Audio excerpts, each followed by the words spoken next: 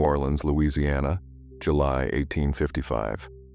The heat pressed against the walls of the Beaumont residence like a living thing, seeping through the shuttered windows of the Creole townhouse on Rue Royale.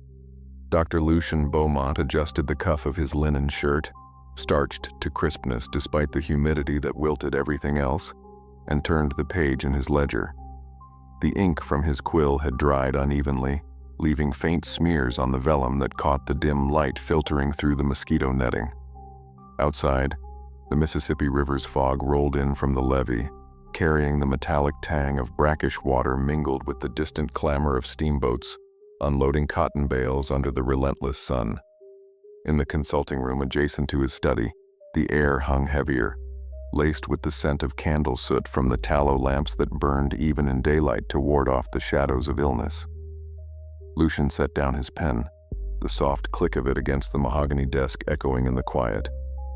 His practice had always been a modest affair, catering to the middling class of merchants and their households, but this season's yellow fever whispers had thinned the streets. Patients canceled visits fearing contagion more than their ailments, leaving his appointment book sparse and his coffers leaner still. He rose, smoothing his waistcoat, and stepped toward the door that led to the rear quarters where the household's rhythms continued unbroken. Before we carry on, please hit the subscribe button to make my day, and let me know where you are watching from in the comments. The kitchen at the back of the house simmered with activity, though no voices rose above the sizzle of lard and iron skillets. The cook, a woman named Miriam, whose hands moved with the precision of long habit, stirred a pot of gumbo over the open hearth. The steam carried hints of filet and okra, but beneath it lurked the sharper note of bitter tonics brewing in smaller vials on the sideboard, remedies Lucien had prescribed for the household's prophylactics against the fever. Miriam's movements were methodical, her apron stained with the day's labors, as she measured out sassafras leaves into a mortar. The room's heat amplified the starch in the linens airing on racks nearby, a crisp scent that clashed with the earthy dampness rising from the courtyard flagstones. Lucien paused in the doorway, his gaze lingering on the ledger tucked under his arm. The entries there told a story of mounting debts, mortgages on the small upriver plot he owned, where a handful of field hands toiled under overseer contracts that barely covered the interest. The bank in the French Quarter had sent reminders, sealed with wax imprinted by their ornate stamp, urging settlement before the harvest yields could be tallied. Inheritance customs in Louisiana bound property tightly, with slaves listed as chattel alongside land and livestock, their values fluctuating with the market's whims. A single auction could shift fortunes, as Lucien knew from the parish records he'd consulted last month. Sales of entire gangs from estates like the Lambeth succession, where 178 souls had changed hands in March for sums that dwarfed his annual fees. He moved past the kitchen toward the stable yard, where the fog clung to the cobblestones like a shroud. The clock in the parlor chimed the hour, its brass mechanism tolling 4 times with a resonance that carried through the house. It was a family heirloom, imported from Philadelphia, its face etched with Roman numerals that Lucien checked habitually, aligning his rounds with the city's pulse. The chime blended with the distant toll of St. Louis Cathedral's bells, calling the faithful to vespers amid the fever's shadow. New Orleans in summer moved to such rituals: church attendance as a bulwark against pestilence, civic processions to consecrate new parishes, all while the river's transport delays, steamers held up by low water or quarantines, stranded goods and gossip alike. In the yard, Josiah, the house's manservant, tended to the doctor's gig, polishing the harness leather until it gleamed under the fading light. Josiah's frame was sturdy, his shirt sleeves rolled to reveal forearms marked by old scars from fieldwork, though he'd been housebound for years. Lucien watched as the man checked the horse's tack, the routine unbroken even as yellow fever's grip tightened on the wharves. The disease spared few, but immunity among the enslaved was a cruel constancy. Their survival rates a fraction of the whites in epidemics past, 0.2% mortality against 7.4%, as the medical journals tallied from the 1853 outbreak. Yet it bound them tighter to their labors, their value accrued to owners in a system where class and race etched unyielding lines. Lucien returned to his study, the river fog now thickening outside the panes, muffling the calls of vendors hawking ice from upriver barges. He opened the ledger again, his finger tracing the column for medicinal supplies. Arsenic trioxide, ordered in small quantities from the apothecary on Chartres Street, listed innocuously among calomel and quinine. The metal tang of it lingered in his memory from compounding sessions, a subtle edge beneath the herbs. It was for rat bane, primarily, but tonics required precision, doses measured to the grain, timed with meals to mask any bitterness. The parish mortality rolls from prior years showed patterns, unexplained weakenings attributed to fever, bodies buried swiftly in potters' fields, when families lacked means for private plots. Upstairs in the parlor reserved for receiving callers, Mrs. Celeste Beaumont arranged fresh linens on the settee, her skirts rustling softly against the polished floors. The room overlooked the courtyard, where jasmine vines climbed the walls, their blooms heavy in the heat. Celeste's days followed the etiquette of their station, supervising the laundering, ensuring the silver was polished before supper, all while the household's finances pressed like an unseen weight. Her marriage had brought a modest dowry, but Lucien's investments in the upriver land had soured with poor yields and rising interest. Inheritance laws favored male lines, yet widows navigated mortgages through parish courts, often selling off assets, slaves included, to settle claims. The clock chimed again from below, a reminder of the supper hour approaching, when the family would gather under the chandelier's candlelight. Lucien joined her there, setting the ledger on a side table. The air carried the faint soot from the candles, their wicks trimmed short to avoid drips on the damask upholstery. He noted the vial of tonic on the mantel, prepared that morning. A clear liquid with a faint almond-like aftertaste, though arsenic's true signature was subtler, garlic on the breath in excess. It was meant for fortification, he told himself, against the fever's creep. But the ledger's red-inked totals whispered otherwise. Foreclosure loomed if the October payment faltered, and with it, the loss of the plot and its hands. Civic rituals offered no reprieve. The upcoming consecration of the new chapel in the Garden District would draw the elite, a public anchor amid private strains, where deals were sealed over sherry and ledgers exchanged under church bells. The evening settled with the precision of routine. Supper was served in the dining room, the table set with pewter and crystal that caught the lamplight. Miriam and Josiah moved silently, placing dishes of cornbread and shrimp étouffée, the kitchen heat still clinging to their aprons. Lucien portioned the tonic into glasses, the liquid glinting as he measured by the dashed line on the vial, half a grain per serving, safe in isolation but cumulative over weeks. The river fog pressed against the windows, and outside, a steamboat's whistle pierced the dusk, delayed by quarantine checks on the levee. Transport lags were commonplace now. Shipments of medicine held at bay while the fever's symptoms, fever, black vomit, jaundice, mirrored subtler poisons. As the meal progressed, Lucien's mind drifted to the parish courthouse, where records of similar cases lay sealed, deaths chalked to natural causes, estates dispersed via auction. The 1855 Board of Health, newly permanent, tallied epidemics but overlooked household ledgers where motives hid in ink. He glanced at the clock, its hands advancing toward 8, syncing with the cathedral's vespers toll.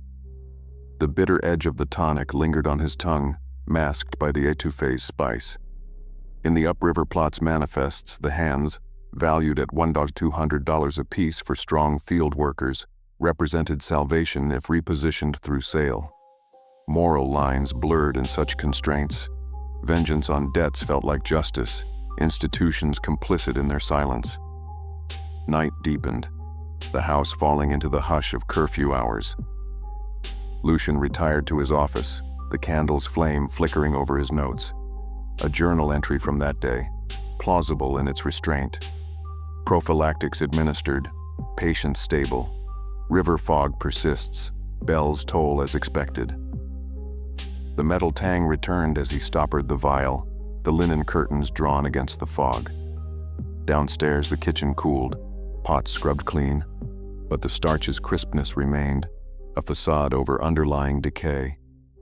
The yellow fever scare amplified every shadow, turning ordinary routines into portents.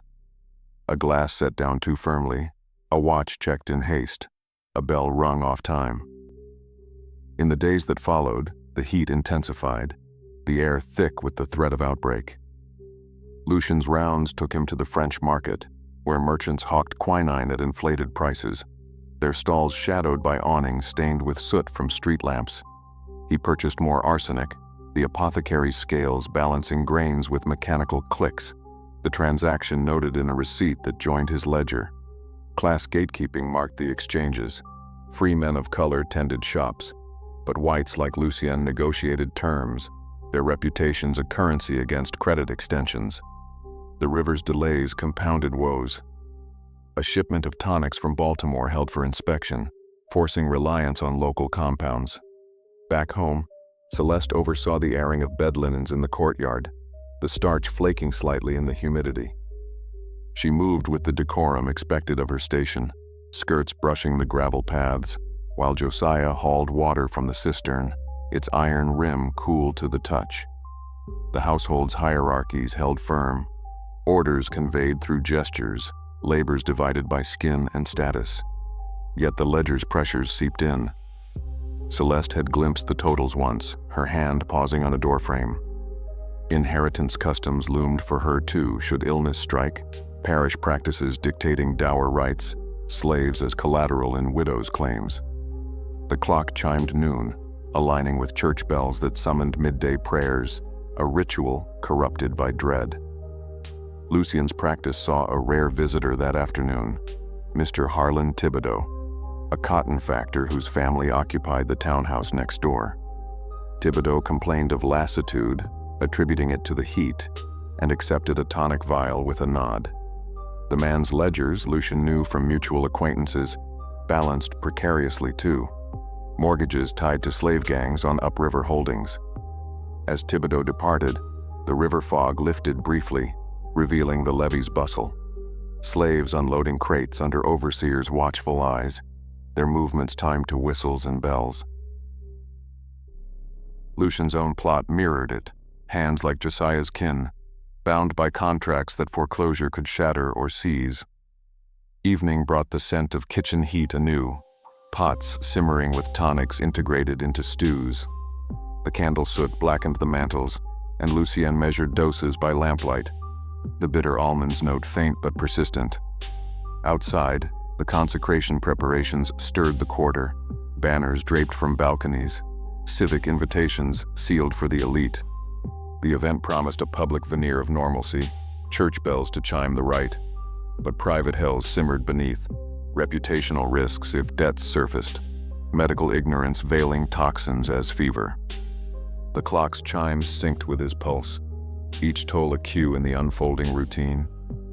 By week's end, the yellow fever tallies rose in the Picayune, isolated cases near the wharves, burials hastened under curfew. Lucian's journal noted it clinically. Symptoms align with prior seasons. Prophylactics continued. The ledger's ink dried slower in the damp, smudges hinting at erasures. In the parlor, a glass was set down with deliberate care, its rim etched from repeated tonics. The river fog returned, carrying clock chimes distorted through mist. Household customs held, linens starched, suppers portioned. But the rupture hid in timings. A bell rung early, a measure doubled unseen. Moral tensions coiled tighter. Institutions like the Board of Health logged deaths without probing causes, complicity woven into law and ledger. The consecration loomed, a set piece amid the scare, where polite rooms would host unspeakable undercurrents. Lucien checked his watch, the metal cool against his palm as the cathedral bells practiced their tolls. The ordinary world persisted, hierarchies intact, but the cues accumulated. Soot-streaked candles, tang-laced air, starch-crisp facades over bitter cores. The sweltering days of late July deepened the yellow fever's hold on New Orleans, turning the air into a stifling veil that clung to the Beaumont townhouse like river fog made solid. Lucien Beaumont's rounds grew more urgent, the streets emptying as quarantines spread from the wharves, delaying shipments of quinine and forcing reliance on arsenic compounds for fever's feigned prophylaxis. Before we carry on, please hit the subscribe button to make my day, and let me know where you are watching from in the comments. In his study, surrounded by leather-bound volumes of the New Orleans Medical and Surgical Journal, Lucien pored over entries on toxic accumulations, the pages yellowed with age and scented faintly of ledger ink.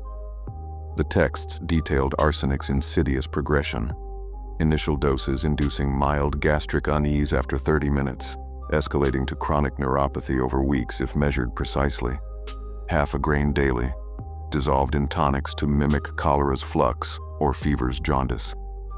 He noted trial errors from prior cases. An 1843 report of a Birmingham factory where workers succumbed to peripheral paralysis from contaminated wallpaper pigments, their symptoms misattributed to industrial vapors until autopsies revealed metallic deposits in the viscera. Lucien's own experiments began in the courtyard under cover of dusk, where the jasmine's heavy blooms masked the bitter almond trace of his preparations.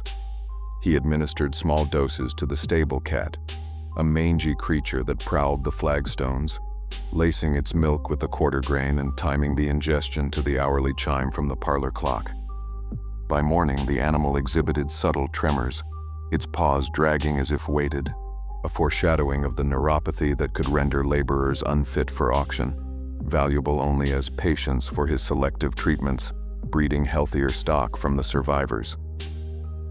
The upriver plot demanded such ruthless curation.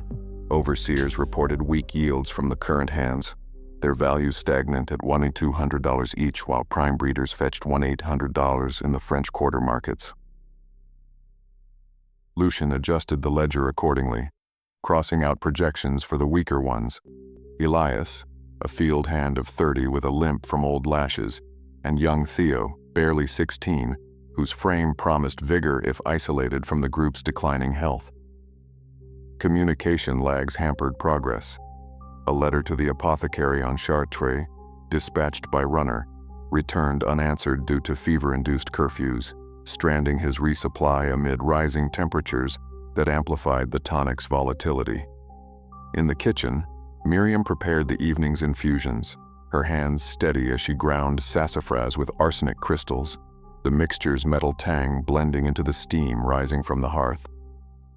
Lucien observed from the doorway, noting how the doses, now a third grain per serving, synced with the cathedral's vespers bells, their tolls marking the ingestion like a ritual clockwork. Josiah, serving the household's evening ration, paused once, his eyes narrowing at the vial's glint, but resumed without gesture, the class gatekeeping of the era silencing any query from his station. The first near discovery came that night, as Celeste retired early with a complaint of throat constriction, her fan dropping from slack fingers onto the parlor rug. Lucien examined her by candlelight, the soot-blackened wick flickering over her pallor, attributing it to the heat rather than the cumulative toxin that now coursed through the shared suppers. His physician notes, scrawled in a sealed casebook hidden behind the mantel volumes, recorded it clinically. Patient exhibits mild dysphagia post-tonic, consistent with seasonal malaise. Dose maintained at 1/3 grain. The yellow fever scare escalated with the Picayune's headlines, tallying 8 deaths near the levee, their symptoms, burning esophagus, rice water stools, mirroring arsenic's acute phase if overdosed. Lucien ventured to the Touro infirmary the next dawn, the river fog parting to reveal carts hauling the afflicted, where he consulted records of slave admissions, their lower mortality rates a testament to hardened constitutions amid poor care. There, amid the ward's kitchen heat and linen starch, he gleaned procedural insights, infirmary protocols, masked patterns by logging fever variants, allowing doctors like him to treat and resell recovered chattel as breadstock. A trial error unfolded upon his return. The stable cat convulsed at midday, its body arching under the courtyard vines, foam flecked with the garlic breath of overdose, forcing Lucien to bury it swiftly in the soft earth to evade Josiah's routine stable sweep. He recalibrated the doses downward for the household, but upped them subtly for the upriver manifests. Tonics shipped via delayed steamer, to be administered by the overseer in sync with local church bells. Weather turned the stakes tighter. Thunderstorms rolled in from the Gulf, flooding the courtyard and delaying the consecration preparations. Banners sodden on Rue Royale balconies as civic rituals bent to nature's whims. Lucien's research deepened in stolen hours, cross-referencing parish mortality rolls where unexplained weakenings, attributed to plantation fevers, had liquidated estates, dispersing slaves into breeding auctions without probate scrutiny. Moral tension coiled in his chest as he measured crystals by lamplight. The clock chimes tolling 8, each grain a step toward forestalling the bank's foreclosure while condemning the hands to selective culling. Institutions complicit. The Board of Health, permanent since '55, tallied epidemics but ignored household ledgers. Their ignorance of toxins, a veil over property mechanics that valued lives as collateral. A second near discovery shadowed the week. Harlan Thibodeau, the neighbor, returned unannounced, clutching his abdomen after his tonic vial's use, his face ashen under the parlor's chandelier. Lucien dosed him with calomel to counter the nausea, the apothecary's scales clicking in memory, while noting in his casebook, "Collateral patient reports colic, environmental etiology probable. Observation continued." Thibodeau's ledgers, Lucien surmised, hid similar pressures. Mortgages on slave gangs that could be thinned for profit, a shared ethic in the era's class structures. The consecration loomed closer, invitations sealed with wax arriving via postboy, the event a public set piece where elite physicians like Lucien would mingle under choir bells, their tolls masking the timed ingestions. In preparation, he compounded larger batches in the consulting room, the air thick with candle soot and the faint river fog seeping through cracks, each vial labeled as fever tonic for the upriver shipment. Miriam's routine faltered once, her hands trembling as she stirred the pot, a drop of the mixture spilling onto the flagstones with a bitter almond scent that lingered like accusation. Josiah mopped it silently, but his glance toward the stable yard, where the cat's absence registered, hinted at unspoken awareness, bound by the era's racial hierarchies that forbade inquiry. Procedural realism grounded the escalation. Symptom timelines demanded patience, arsenic's chronic effects building over 10 days to weakness, then paralysis, allowing treatments to claim credit for recoveries in bred lines. Transport delays compounded obstacles. The steamer to the plot, held by floodwaters, postponed the first upriver dose, forcing Lucien to simulate via proxy tests on household scraps. Celeste's condition worsened subtly, her linen starched but her steps hesitant on the stairs, the clock's chimes now syncing with her labored breaths at supper. Lucien's notes evolved. Familial prophylaxis yields fatigue, aligns with fever precedents. Adjustment to 1,4 grain for monitoring. The casebook's pages, sealed against prying, chronicled the rupture's tightening. Civic events amplified the dread. Processions for the chapel's nearing rite filled the streets, church bells practicing their sequences amid the storm's aftermath, each peal a cue for hidden rituals. He attended a preparatory vespers at St. Louis Cathedral, the incense mingling with linen starch from the congregants' attire, where whispers of fever deaths underscored the tonic's dual purpose, prophylaxis or perdition. Back home, the kitchen heat baked the vials on the sideboard, their contents settling with a metallic tang that Josiah aired out through open shutters. A trial error struck there.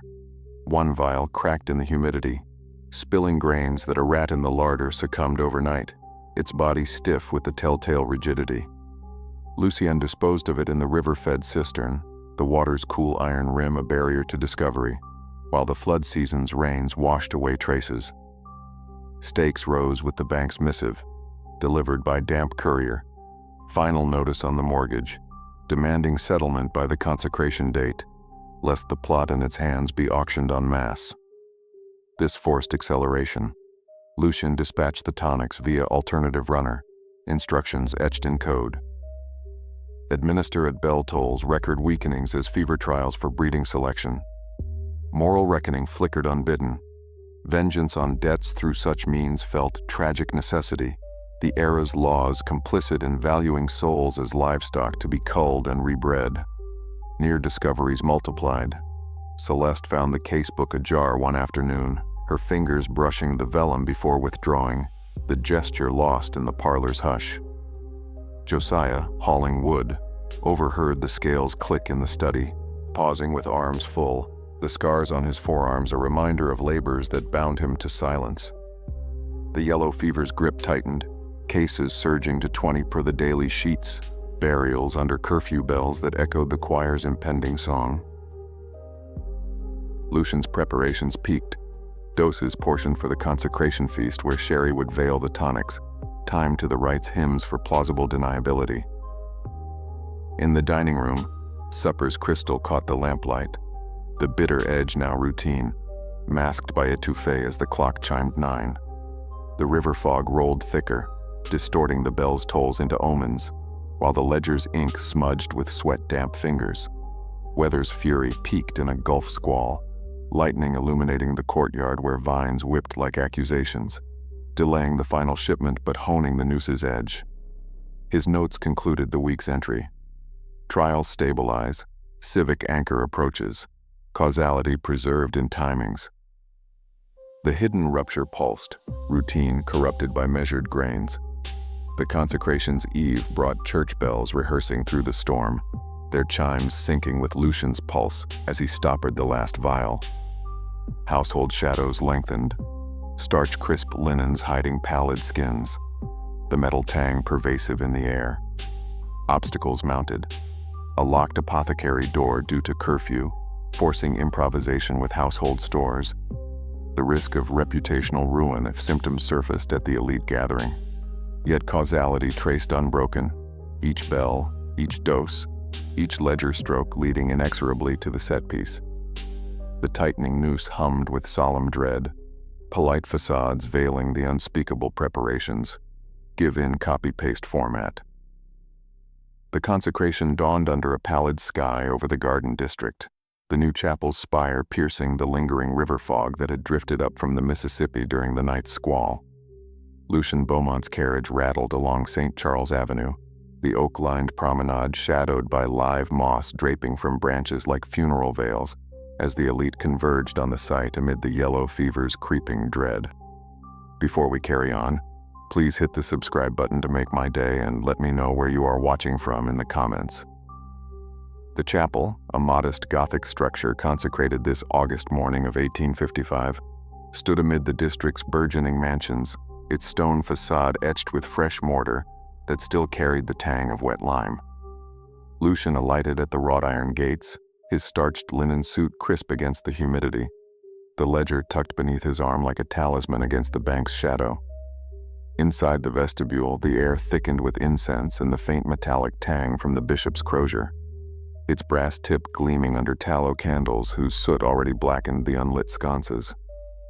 The ceremony commenced at the 10th hour, the parlor clock's echo in Lucian's mind syncing with the first toll from the chapel bells, their chimes vibrating through the flagstone floor as the bishop intoned the Veni Creator Spiritus.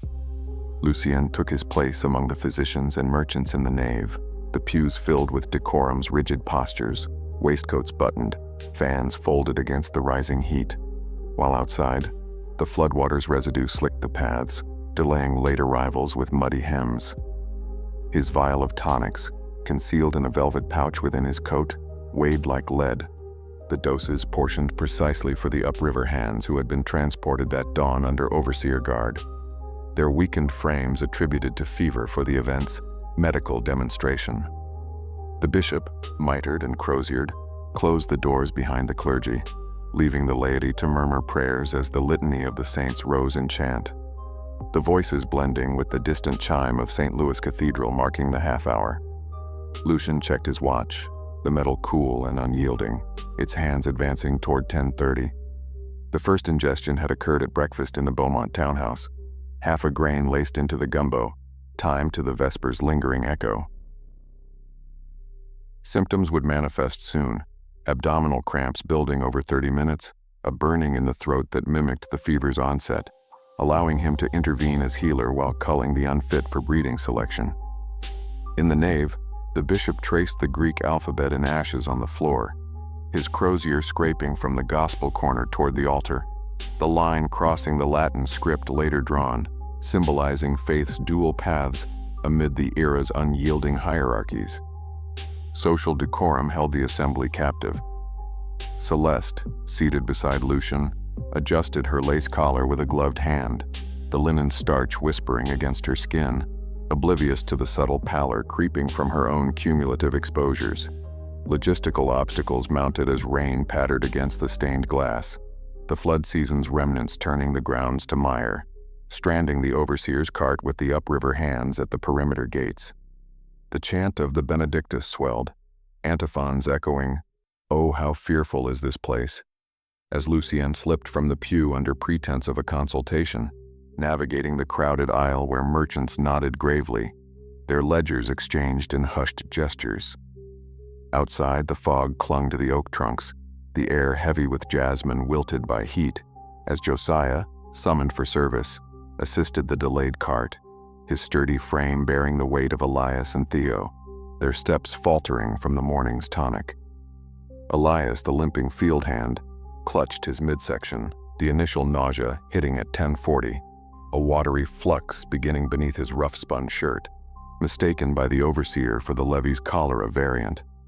Lucian met them at the side entrance, the chapel's kitchen heat, wafting from an adjoining vestry where preparations for the post-rite feast simmered, pots of étouffée bubbling with bitter almond traces integrated by Miriam's earlier hand.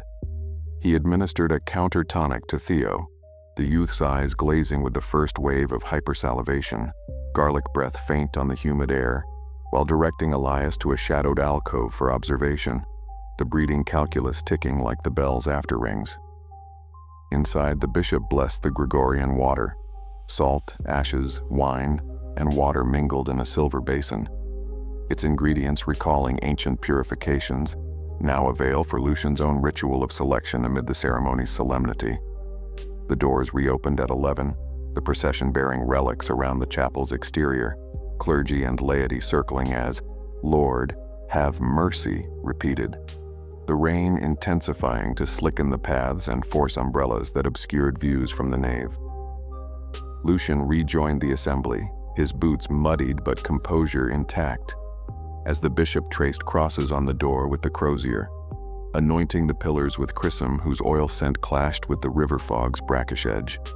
Celeste's fan slipped once, her fingers trembling at 11:10, the abdominal pain coiling like the serpent in the Garden District's naming lore, her decorum masking the dysphagia that swelled her throat. The relics entered, exhortations read from the Council of Trent's decrees, the air thickening with church bells tolling the quarter hour, syncing precisely with the upriver hand's second dose. Sherry-laced tonics passed in the vestry under the guise of fortification. Logistical hitches arose. The flood-mired grounds delayed the feast's delivery. Crystal glasses and pewter trays stalled on the avenue, forcing improvisation with vestry stores where the bitter tonics waited in vials etched with dashed measures. In the alcove, Elias convulsed at 11:20, his body arching against the stone wall, foam flecking his lips with the garlic signature, while Lucian noted in a pocket ledger, "Patient exhibits acute flux, aligns with fever timeline, isolation for treatment." Theo endured, his vigor holding against the neuropathy's onset, a candidate for the bread line, stronger stock to auction post-event, values inflated by recovered health. The bishop proceeded to the altar, sprinkling Gregorian water 7 times around its base. The miserere psalm chanted as he anointed the table, the water's arcs catching candlelight that soot-streaked the air. Lucian watched from the transept, the clock in the sacristy chiming 11:30, its brass resonance blending with the bells to mark the peak ingestion window, symptoms cascading in clockwork precision.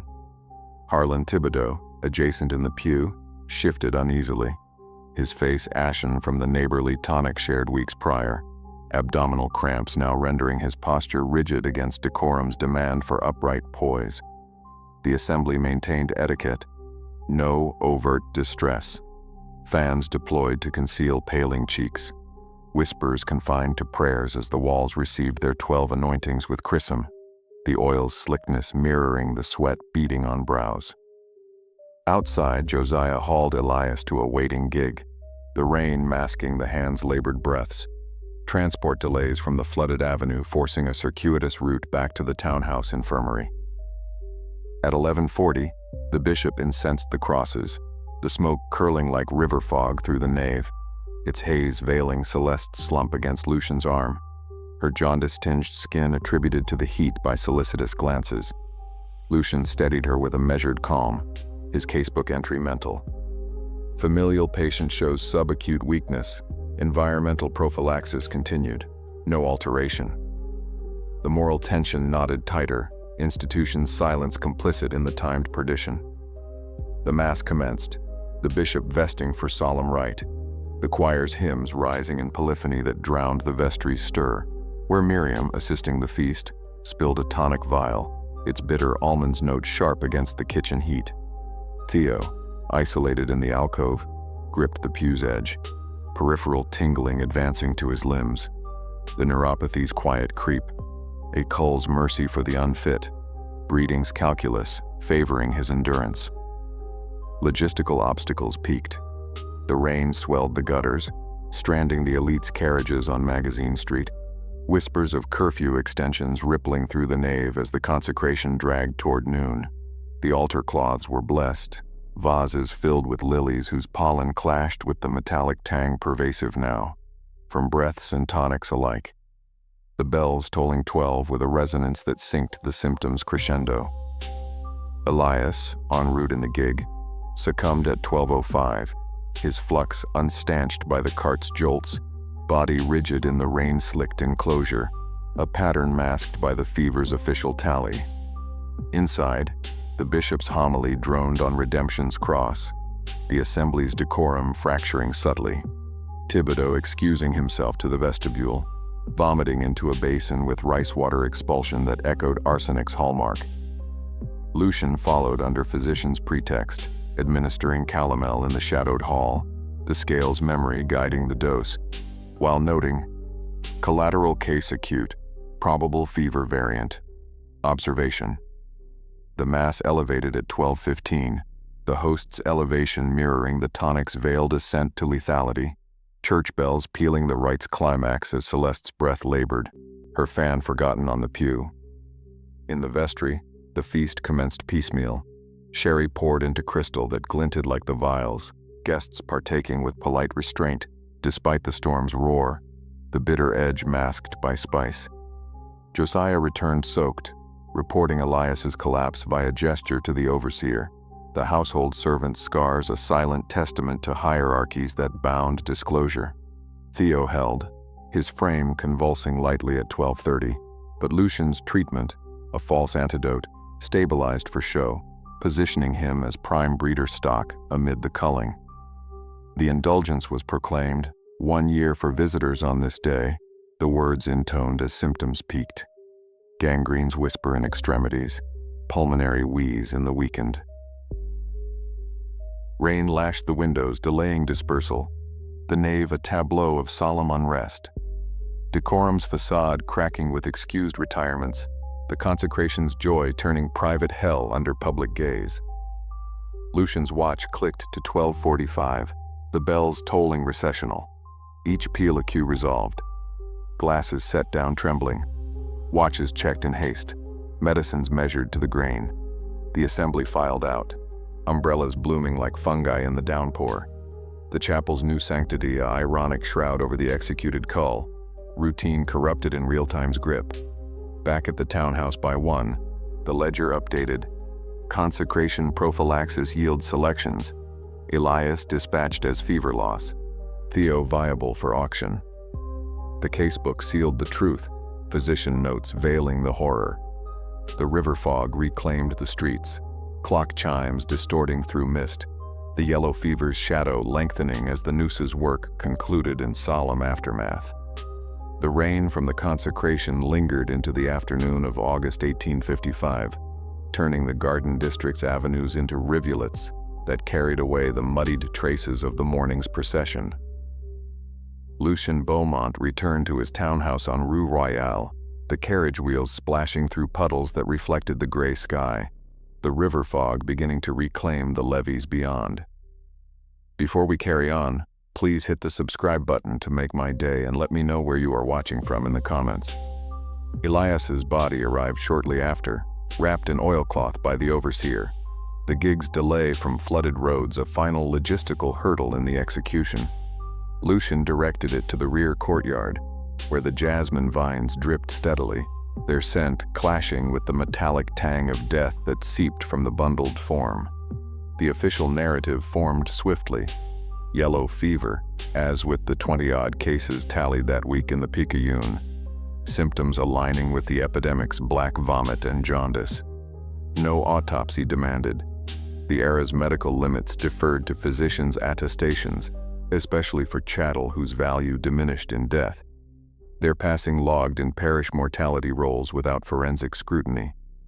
Lucien's casebook entry, sealed in the consulting room's locked drawer, diverged. Subject Elias, upriver hand, expired en route post-prophylaxis, arsenic cumulative at 2 grains over fortnight, neuropathy resolved in cull. The private truth hid in ledger ink, the bank's collateral file updated with Elias's devaluation, $200 lost to fever, offset by Theo's survival, his treatment elevating projected auction worth to $1,600 as bread stock. Cover story solidified over supper, the kitchen heat now subdued, pots scrubbed of bitter almond residues as Miriam portioned plain fare, her hands steady despite the spill's memory. Josiah interred Elias in the potter's field that dusk, under curfew's hush. The grave dug swift in the soft earth near the levee, church bells tolling vespers as distant witness.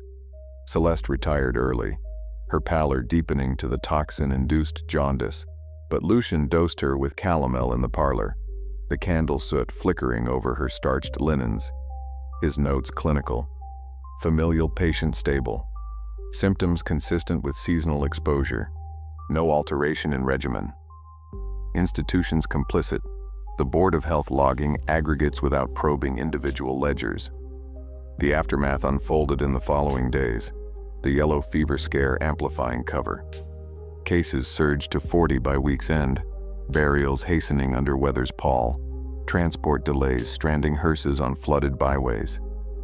Lucien petitioned the parish court for probate on the upriver plot's adjustment, inheritance customs requiring dispersal of deceased chattel via auction, the mechanics favoring swift settlement over inquiry. The bank's missive arrived sealed, wax imprinted with their stamp, mortgage partially offset by Theo's repositioning, foreclosure averted if the auction yielded $5,000 net, slaves as primary collateral. Dispersion began with the auction catalog, compiled in Lucien's study, the quill's scratch echoing the clock chimes entries for the remaining hands. Theo highlighted as prime, fever recovered, breeding age. Harlan Thibodeau's collapse lingered as reputational risk. He summoned Lucien next morning, abdomen still cramping from the shared tonic, but the consultation ended with a fever certificate, no deeper probe. Class gatekeeping shielded, a white merchant's word sufficed, medical ignorance of toxins veiling arsenic as prophylactic, the neighbors' ledgers mirroring the pressures without accusation. Investigation, if any, stalled in the era's limits. No Marsh test applied routinely until 1860 scandals. Autopsies rare for slaves chalked to epidemic. Parish practices deferring to physicians' affidavits. A midwife's ledger, consulted for Celeste's waning vitality, noted bilious derangement. Her gender's constraints locking queries behind etiquette's doors, inheritance customs looming if Lucien fell. The undertaker's invoices arrived via runner, communication lags from curfew delaying payment. Elias's plot in the common field, 350, bundled with 3 fever deaths from the wharves. Lucien's private reckoning surfaced in journal fragments. Selections yield solvency, yet the bells toll unchanged, vengeance on debts tragic in its precision. Moral lines blurred, facts and fates speaking without judgment. By mid-August, the auction convened at Banks Arcade on Magazine Street, the hall's air thick with linen starch from bidder's attire, candle soot from lamps illuminating the block. Theo ascended first, his frame steadied by the treatment, fetched $1,650 to a sugar planter, the hammer's fall syncing with distant clock chimes from the cathedral. The gang dispersed piecemeal, stronger hands to upriver estates, weaker culled prior now absent, proceeds settling the mortgage in full, the bank's file closed without audit. Celeste's decline accelerated, pulmonary wheeze setting in by the 25th, her bedchamber locked for propriety, the river fog pressing windows as church bells marked the hours. Lucian attended, measuring futile antidotes, the metal tang pervasive in her breath. Casebook finalizing. Subchronic exposure culminates, aligns with fever precedents, no intervention viable. Her passing on the 30th under early frost's whisper prompted probate. Widow's dower rights invoked, but Lucian's ledger secured the townhouse. Slaves' remnants auctioned swiftly. Official narrative. Yellow fever claimed her, certificate issued without dissent. Parish rolls adding her name amid 200 epidemic tallies that season. Private truth sealed in the casebook, now consigned to the study's hidden recess, its pages yellowing like the journal's vellum, ink drying into silence. Institution's complicity endured. The 1855 board tallied without patterns discerned, medical limits blind to household toxins, legal mechanics prioritizing property over probes. Dispersion complete, Lucian relocated the practice upriver. The townhouse shuttered, its courtyard overgrown with jasmine that masked old graves. Folklore residue emerged in whispers among the freed shadows. Tales of the doctor who bred health from fever's grasp, or poisoned the weak under bell tolls, circulated in levy gossip. Josiah, manumitted in Celeste's will, vanished into the free quarter, his scars a map of silences kept, while Miriam tended distant kitchens, the bitter almond motif fading into memory. Miriam's own end came quiet, a decade later in 1865, logged as old age, but whispers persisted of tonics lingering in her frame. Lucien's legacy fractured, hailed as fever pioneer in medical circles until the war's end, then shadowed by emancipation's upheavals, his ledgers burned in 1870 amid Reconstruction audits. The parish mortality rolls, unsealed in later years, revealed clusters, weakenings timed to bells, auctions following culls, but era's ignorance attributed to divine scourge, moral reckoning unspoken, vengeance understandable in debt's vice, tragic in its cull, institutions woven into the fabric without judgment's bar. The river fog rolled eternal, clock chimes tolling unchanged, ledger ink's faint smears the only residue of routines corrupted. Church bells pealed for new consecrations, the yellow fever's shadow lifting by 1905, but the casebook's echo lingered in New Orleans' solemn air. The ordinary world reformed, hierarchies dissolved in war's fire, yet the hidden ruptures spoke through fates sealed in vellum and stone.